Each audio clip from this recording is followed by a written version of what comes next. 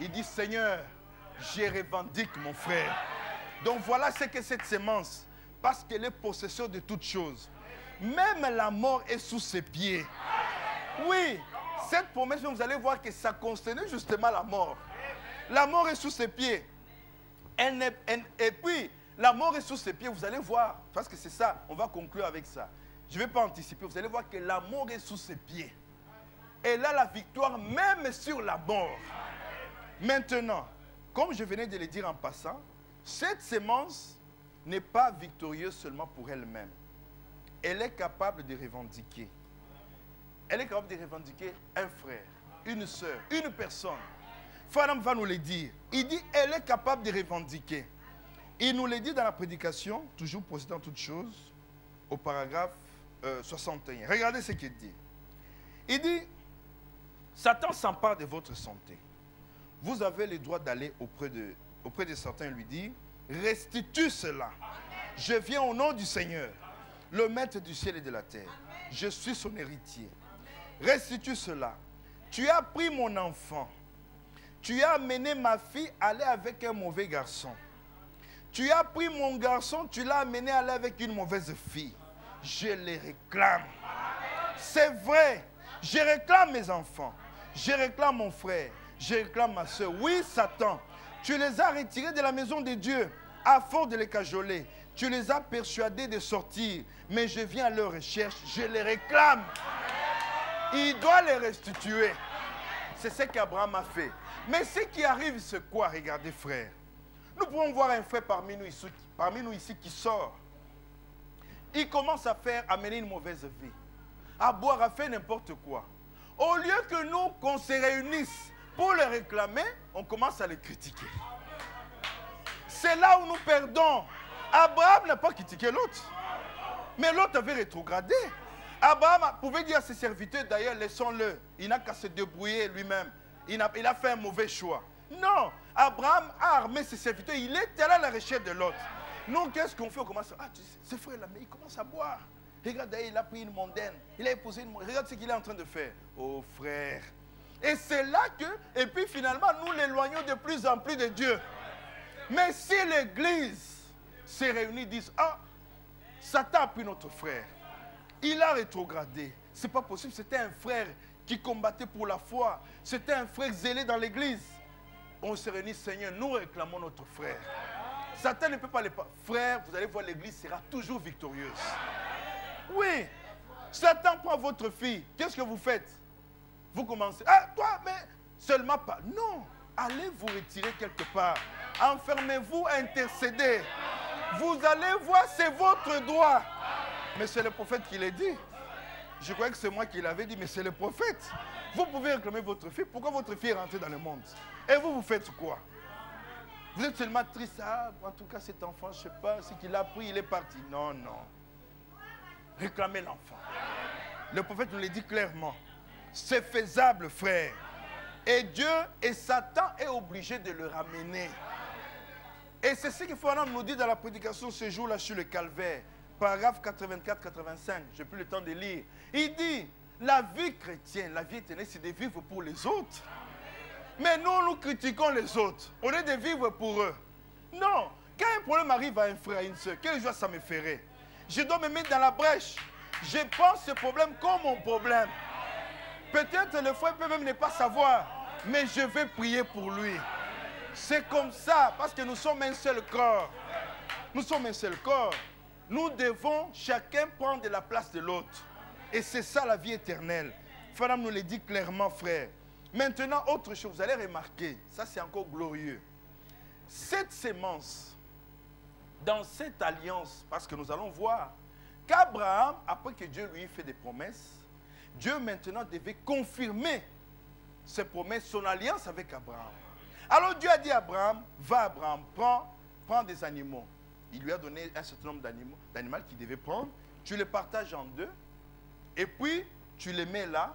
Et moi, je viendrai, je passerai. Toi aussi, tu passeras. Parce qu'en Orient, Fadam nous dit que c'était ça la coutume. Quand on faisait un contrat, on prenait la peau de l'animal, on les déchirait en deux. Vous prenez un morceau, moi un morceau. Et les jours où on devait exécuter le contrat, chacun amenait son morceau. Et ça devait s'ajuster. Si ça s'ajustait, on savait que voilà. Et puis, avant que chacun prenne son morceau, on mettait le morceau, chacun passait au milieu. C'était une façon de dire, j'accomplirai ma part. L'autre aussi dit, j'accomplirai ma part. Et chacun prenait son morceau. Et le jour où il fallait exécuter le contrat, il fallait que chacun ramène son morceau. Alors Dieu a dit à Abraham, prends les animaux, tu les divises en deux. Et Abraham était là toute la journée, frère. La Bible dit qu'Abraham a passé le temps à chasser les oiseaux impurs qui venaient pour souiller ces animaux. Et c'est ce qui nous arrive. Quand nous avons reçu la parole, nous luttons de foi. Nous luttons pour que cette parole ne soit pas souillée, qu'on n'aille pas dans les choses du monde. Des fois, nous luttons par nous-mêmes. On lutte, on lutte. Et regardez qu'Abraham avait tellement lutté qu'il était fatigué. Le soir, Abraham il était même couché. Il faisait sombre, noir. L'obscurité était venue. Le temps du soir. Abraham était couché, fatigué. Et c'est en ce moment que Dieu est descendu. La colonne de feu est descendue. Regardez que quand vous êtes fatigué, quand vous pensez qu'il n'y a plus d'espoir, c'est en ce moment que Dieu vient, frère. N'oubliez jamais ça. Alors la colonne de feu est descendue des cieux. Elle est passée au milieu de ces animaux.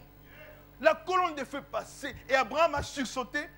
Et il n'avait même pas le temps, il n'avait même pas eu le temps d'aller se présenter. Dieu lui disait, toi Abraham, tiens-toi à l'écart. Pour cette alliance, moi j'accomplirai.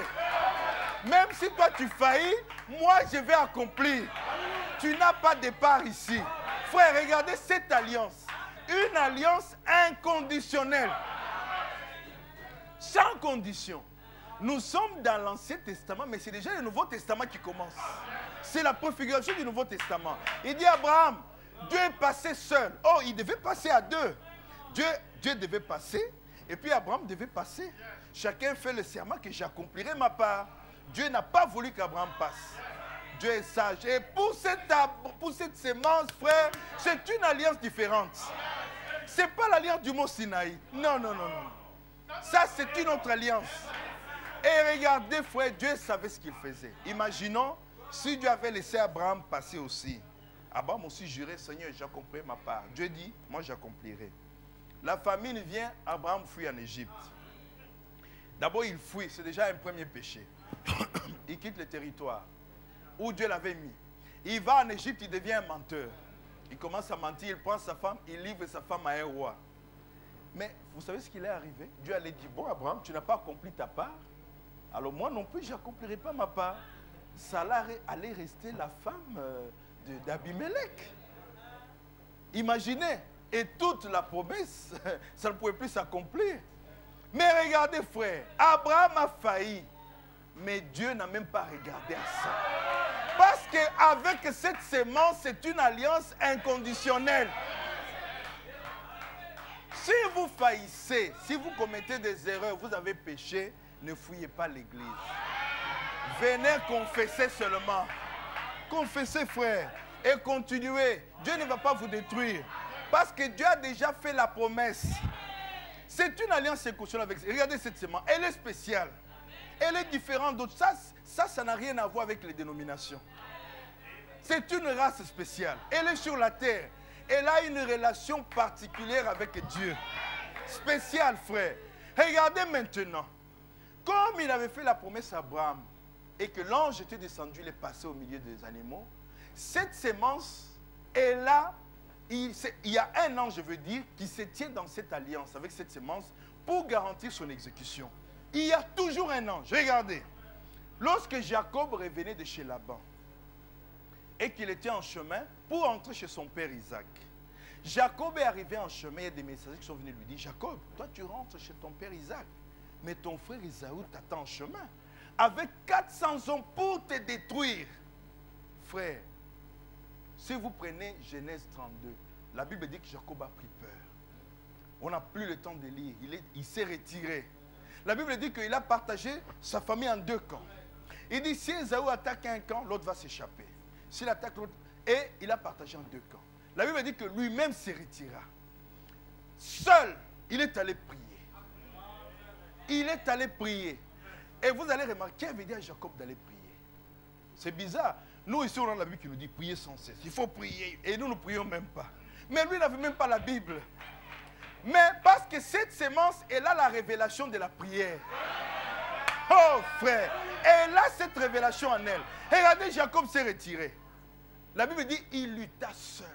Il faut lire sa prière, j'ai plus le temps de lire. Il dit, oh Seigneur, toi le Dieu de mon père Abraham. Il rappelle à Dieu. N'est-ce pas toi qui m'as dit, retourne maintenant, que je te ferai du bien, que je te bénirai, que je rendrai ta postérité nombreuse comme les sables de la mer. Maintenant, regarde Seigneur, mon frère Ésaü m'attend. C'était sa prière. Il veut me détruire, moi, la femme et tous les enfants. Oh Dieu, je te prie, interviens. Frère, quand cette sémence est en difficulté, l'ange descend. Alléluia. Et là, l'ange. Et ce n'est pas n'importe quel ange. C'est l'ange de l'Éternel.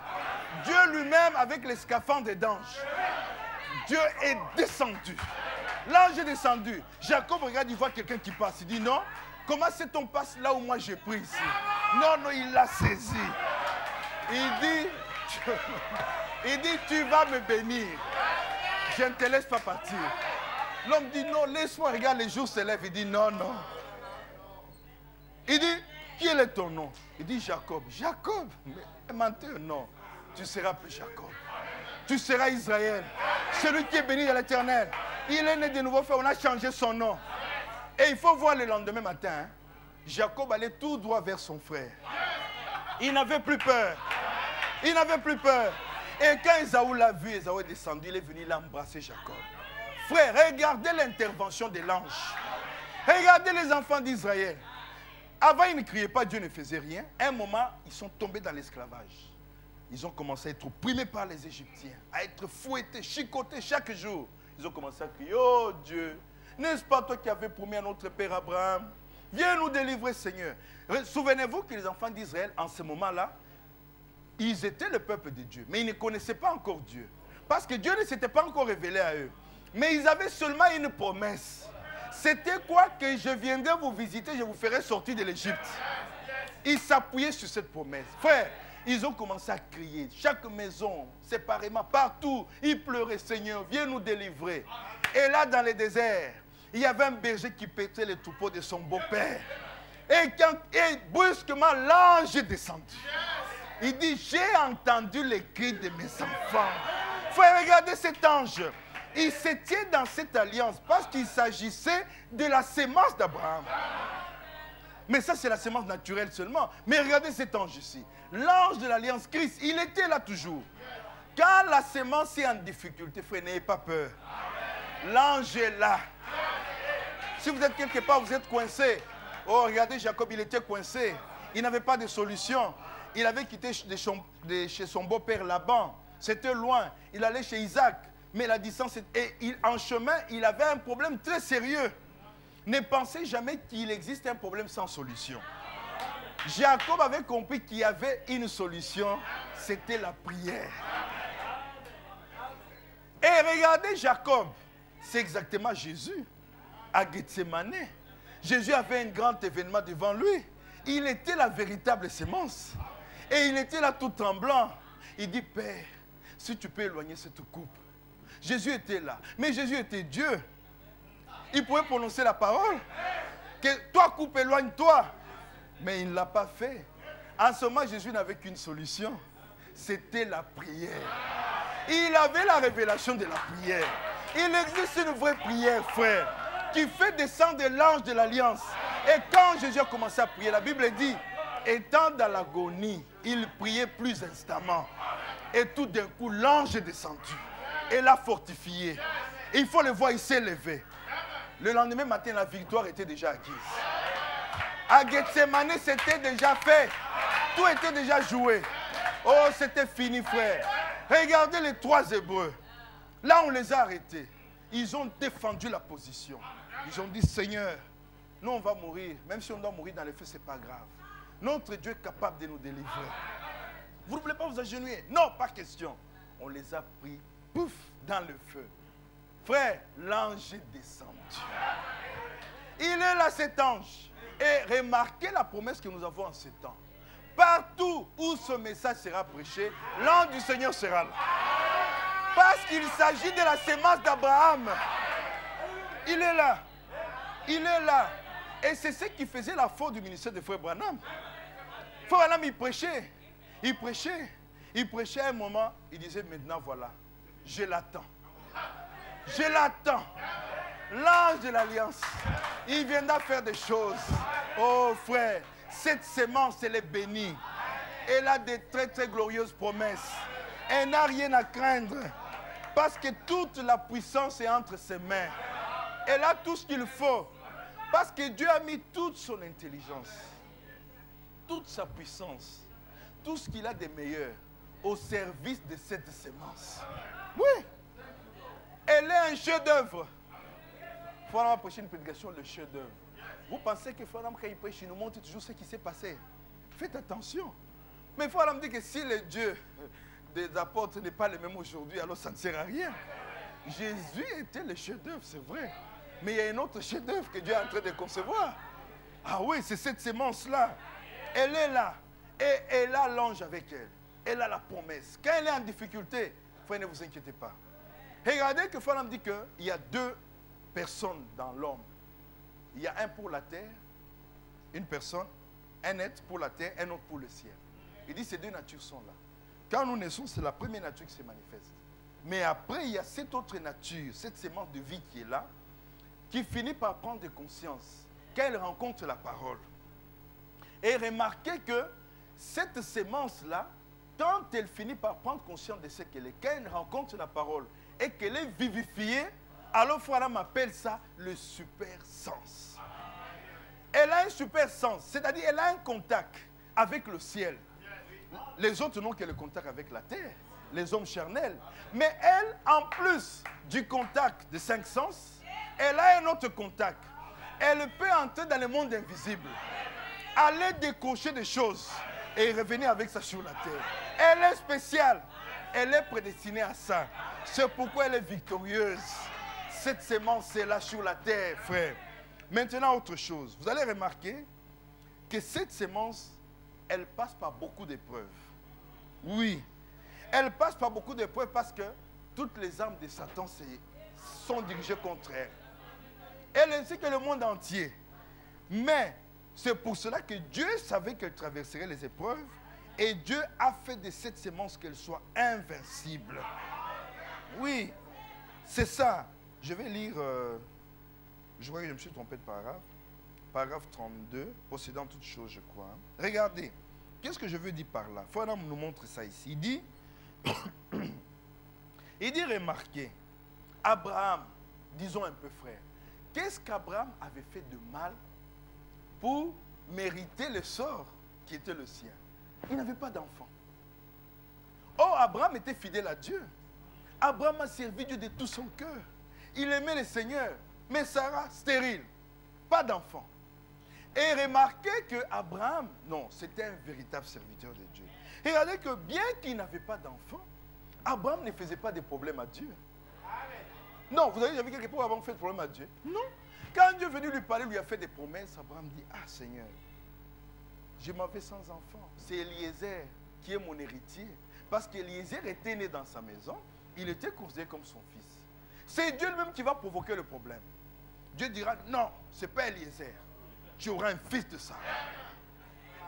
Abraham ne se souciait pas. Remarquez qu'Abraham, tout ce qu'il a fait, c'est d'aimer Dieu. C'est ce que nous devons faire. Non. Abraham n'aimait pas Dieu parce qu'il lui a donné d'enfants. Il n'avait même pas d'enfants. Et il n'est jamais allé se dire, Seigneur, donne-moi l'enfant, donne-moi l'enfant. Si tu me donnes pas l'enfant, moi, ce message ici, je vais l'abandonner. Non, non. Tu n'es pas la sémence. Mais regardez cette sémence. Il aimait seulement Dieu. Et il savait que même si je meurs, bon, Eliezer va hériter. Il aimait sa femme. Il n'a pas fait de problème à sa femme. Oh, maintenant tu vois, moi j'ai besoin d'enfants. Qu'est-ce que tu penses? Hein? Tu vas garder tes droits. Tu seras toujours ma femme. Tous tes privilèges, tu les auras. Mais permets-moi de prendre seulement une autre femme juste pour avoir l'enfant.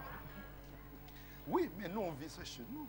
Il y a même un cas que j'ai laissé là-bas comme ça. Mais frère, mais regardez un peu Abraham. Qu'est-ce qui vous dit que, étant sur cette terre, vous devez nécessairement avoir des enfants? Non. Dieu vous connaît. Dieu est souverain.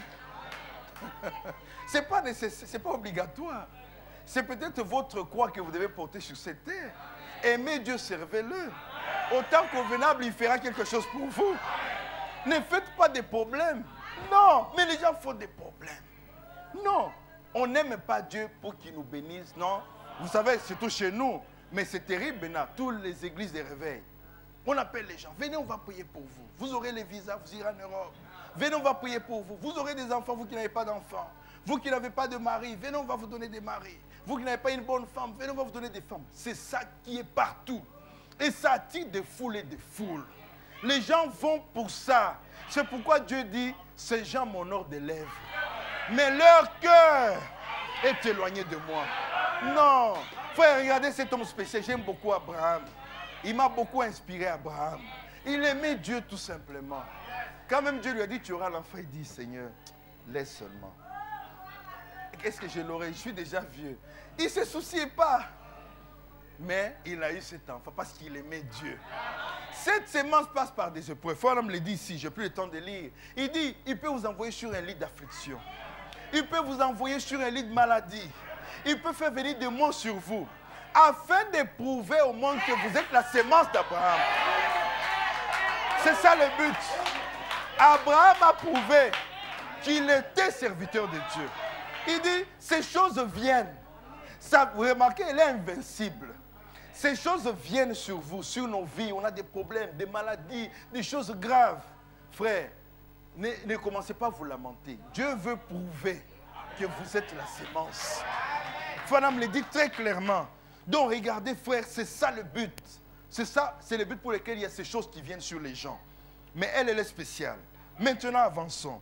Mais au fait, qu'est-ce qui s'est passé? Je vais terminer avec ça, je vois que le temps est passé. Je n'aurais pas fini vraiment, ce n'est pas grave. Mais je crois qu'on a eu l'essentiel. Qu'est-ce qui s'est passé en réalité? Regardez maintenant, je vais dénouer et terminer avec ça. Ce qui s'est passé, c'est que, en réalité, il y a eu une réunion au ciel. Avant la fondation du monde. Avant qu'il y ait les étoiles ou quoi que ce soit. Dieu a réuni ses enfants là-bas. Il a dressé une table. J'illustre un peu ça, vous comprenez. D'une extrémité du ciel à l'autre. Et tous ses enfants étaient assis là-bas. Alors Dieu est entré. Alors ses enfants se sont levés. Pour lui présenter ses civilités, ils se sont levés, ils se sont inclinés. Dieu a dit, mes enfants, j'ai quelque chose à vous dire. J'ai un plan. Voilà ce que nous allons faire. Vous allez partir sur la terre. Il y aura mon ennemi qui viendra, Lucifer. Il va vous tromper. Il va vous entraîner dans le péché. Vous tomberez dans le péché.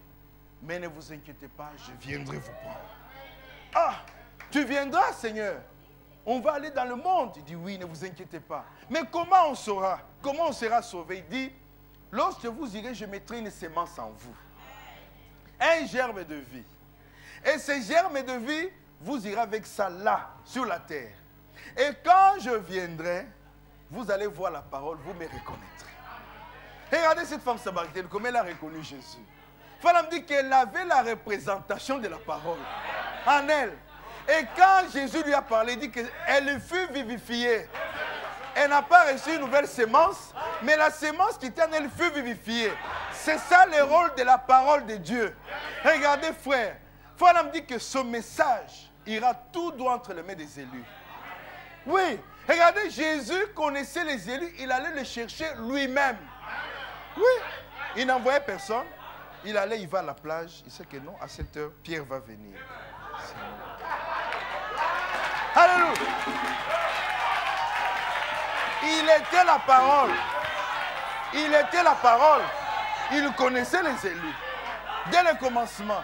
Et quand il voyait Pierre, Jésus commence à sourire. Il dit, Simon, fils de Jonas, d'où me connais-tu? D'où je te connais? Depuis là-bas. Depuis là-bas. C'est toi, Pierre, qui as oublié. Qu'est-ce que Dieu a fait? Il dit, mes enfants, maintenant, lui, vous êtes là. La théophanie est là, le monde est là. Et il faut dire que Dieu nous a fait contourner la théophanie. La théophanie, c'est votre corps-parole. Il dit, vous êtes sortis de la tribu directement dans la chair. Vous avez tout oublié. Maintenant, imaginez-vous, la théophanie est là, le monde est là. Vous contournez la théophanie. Qu'est-ce que la théophanie va faire? Elle va vous suivre dans le monde. Mais oui, elle viendra vous chercher. Fala me dit que vous êtes assis avec votre théophanie à côté. Ah oui, mais toi tu l'as esquivé. Tu l'as fouillé. Tu l'as sauté. La théophanie, regarde. Ah, il est passé où? Ah, il est là. Je le suis. Alléluia. Et c'est ce qui se passe. Et la théophanie, quand le message est proclamé dans un âge donné, ça libère des théophanies. Et ça vient vous chercher. C'est votre corps-parole que vous avez contourné. Ça revient vers vous pour vous ramener à Dieu. C'est ça. Maintenant, regardez. Satan, c'est pas Satan est idiot. Il n'est pas intelligent. Qu'est-ce que Dieu a fait? Ces gens contre le théophanie sont allés dans le monde. Parce que Dieu est le seul capable de garder quelqu'un dans le camp de son ennemi. Et cette personne va s'élever, va détruire cet ennemi-là. Regardez Moïse. Moïse a été nourri, élevé, entretenu, formé par Pharaon, par l'Égypte. Et puis il va détruire l'Égypte. Vrai ou faux? Ah, c'est vrai.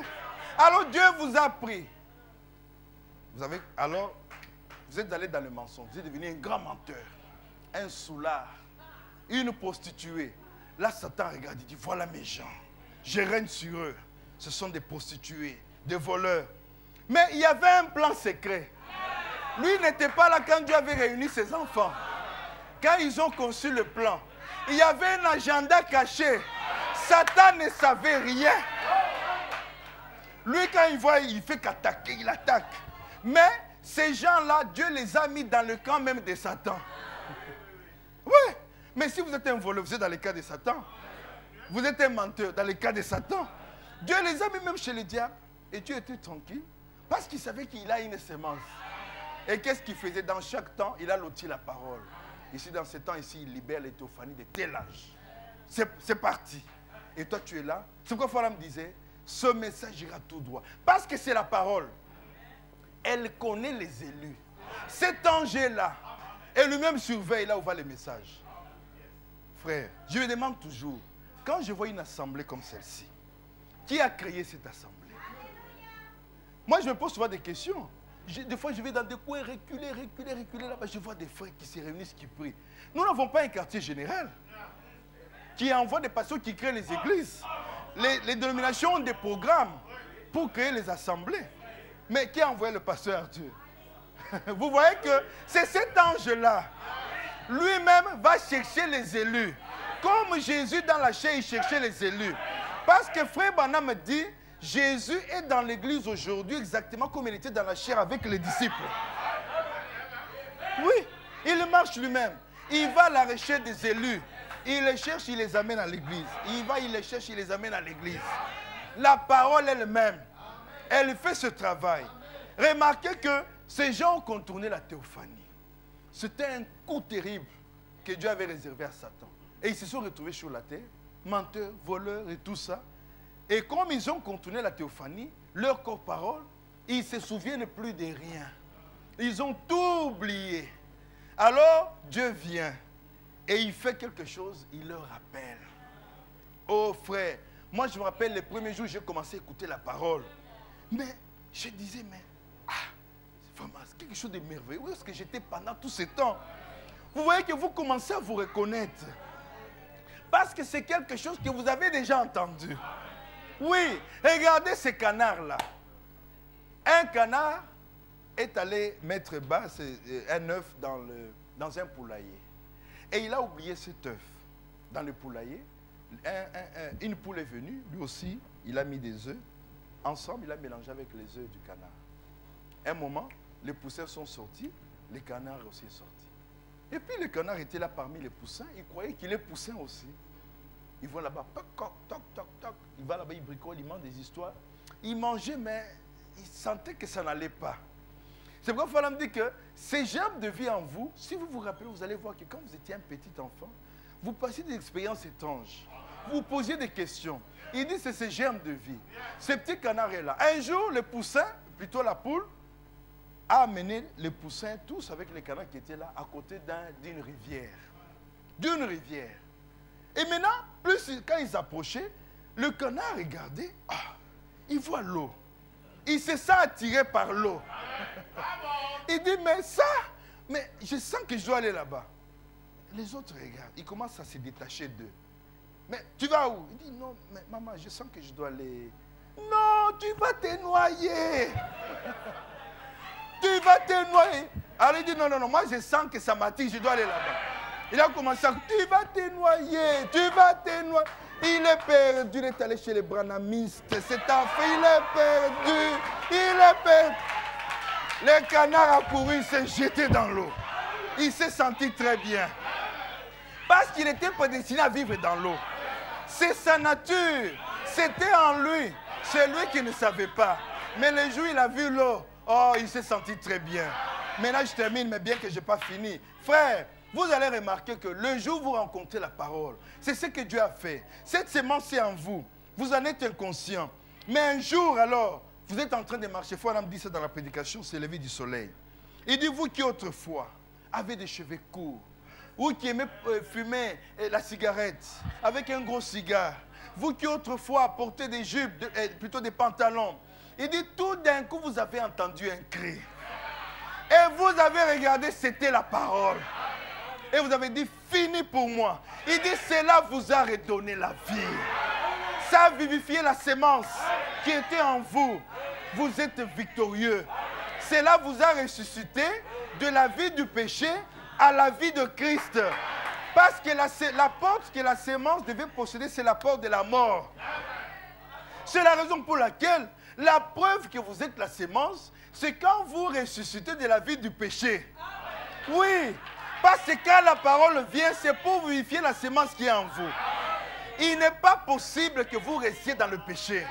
Vous devez sortir et on doit voir la parole vivre en vous. C'est la preuve que vous êtes la sémence. Que Dieu vous bénisse.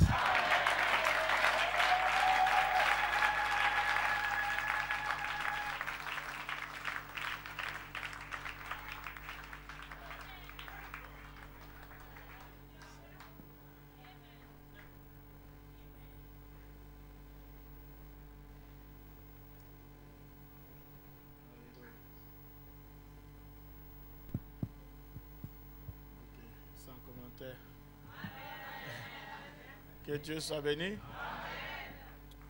Nous allons nous lever pour prier. Il y a une dame qui devait venir de l'Allemagne,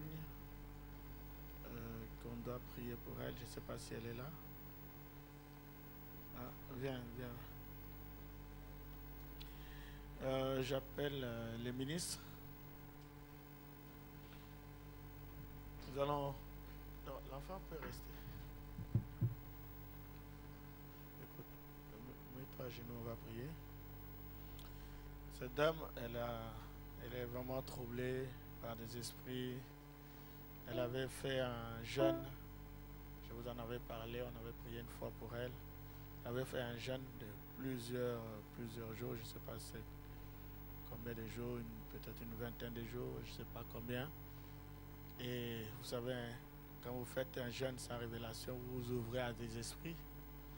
Et les esprits sont entrés en elle. Et elle est troublée, elle est sous médicaments. Et le diable veut la détruire. Mais elle m'avait contacté, c'est la première fois que je la vois. Elle a quitté l'Allemagne pour venir ici, pour être délivrée. Nous allons prier tous ensemble. Je crois que le Seigneur va faire quelque chose pour elle. Prions le Seigneur.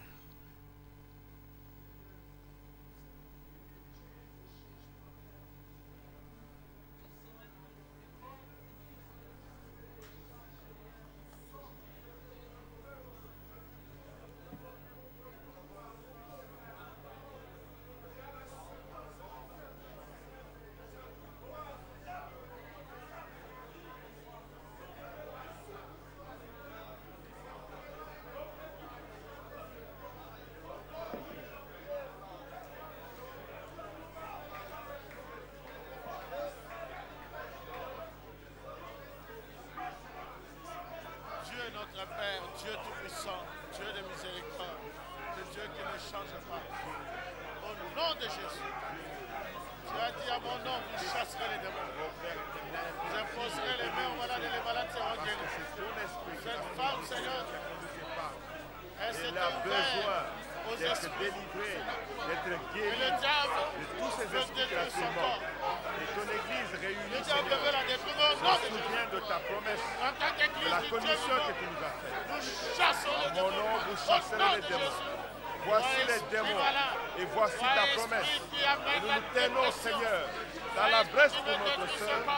Nous ordonnons, Seigneur, au nom de Jésus-Christ, au nom de celui qui a versé le sang à Golgotha au Calvaire, pour cette sœur, Seigneur Jésus, fais descendre le chariot de feu, ô Dieu Tout-Puissant.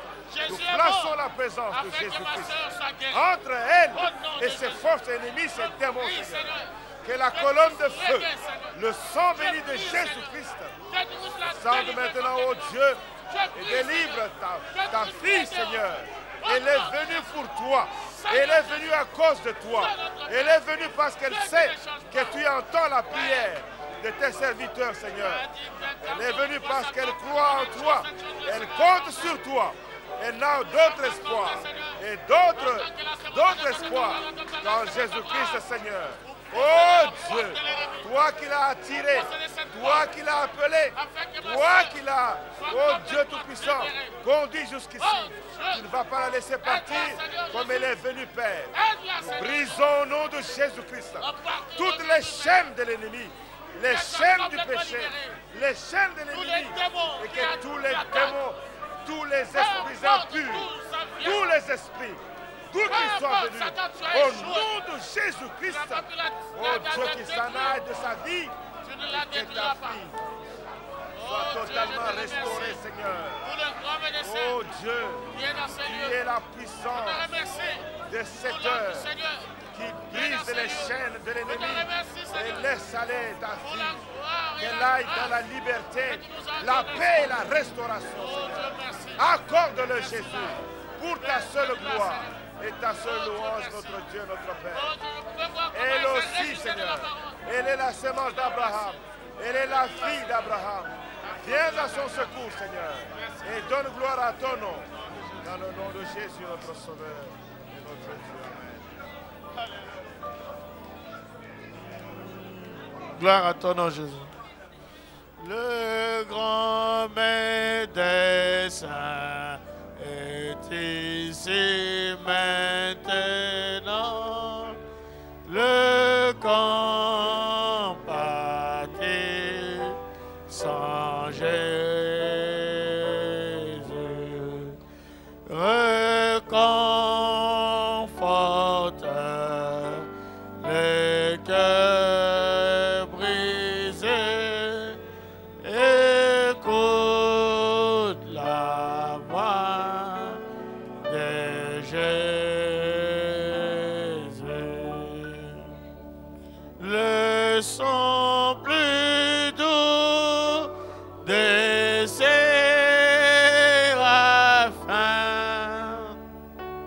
le nom plus doux pour les mortels, le chant plus doux jamais chanté.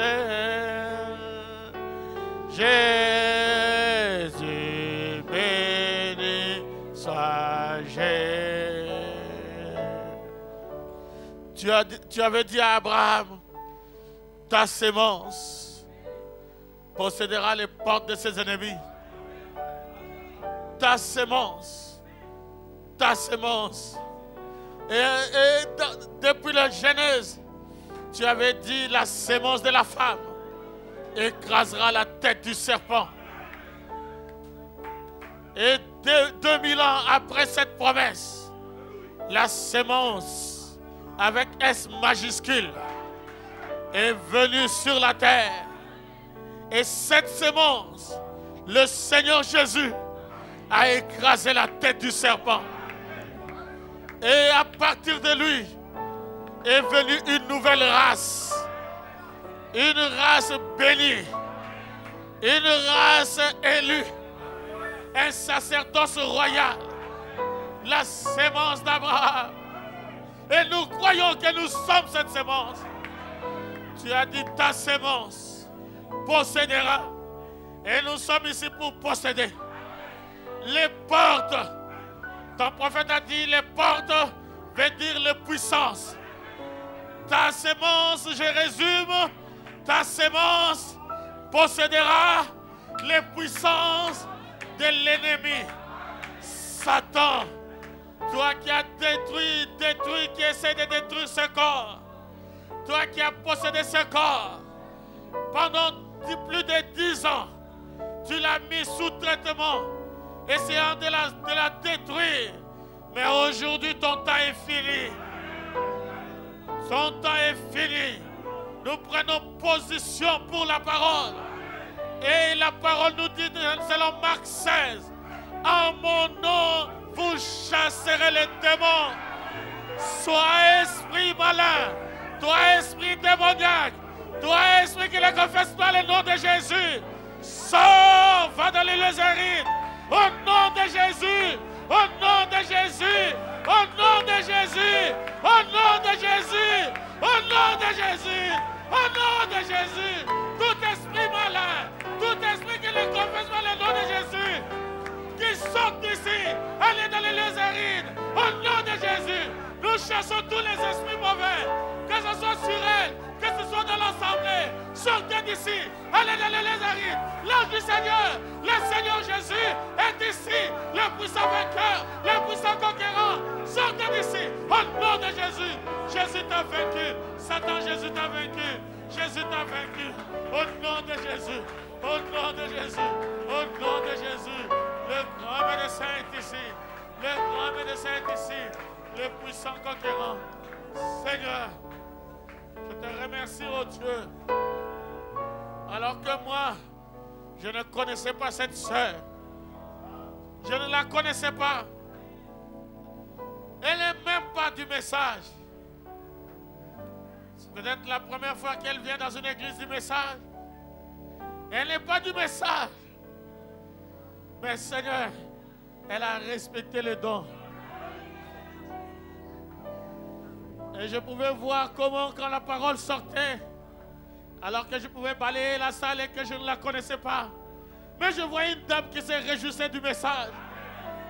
Oh Dieu, pourquoi elle se réjouissait? Il doit y avoir quelque chose en elle qui a reconnu la parole de l'heure. Alléluia. Seigneur, qui est un réveil, qui commence par son âme et qui arrive à son esprit et qui guérit tout son corps.